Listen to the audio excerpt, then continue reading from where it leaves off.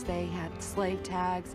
There were oftentimes where they carried papers on them so people would know who they belonged to and where they were going.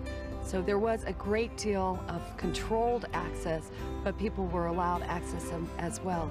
And in the case of religion, I think it's very interesting to see how the church is such a formidable and important and pivotal role for slave life, because that is where they truly can have their own freedom.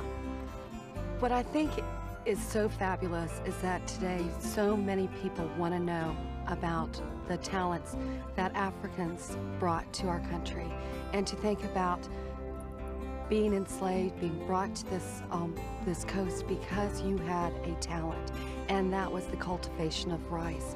The plantation model came to us via Barbados.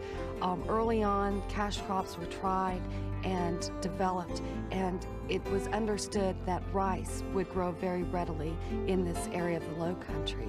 So where did you go? You went, a person, the Europeans, went to other coastlines to see who grew rice and who grew it successfully.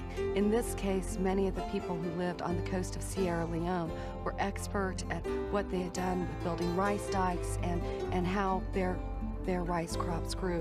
So yes, in fact, you can see slave flyers that say an excellent shipment of Negroes coming from the gold or rice coast. And those slaves, enslaved Africans, sold for a higher price than, say, from some of the other areas.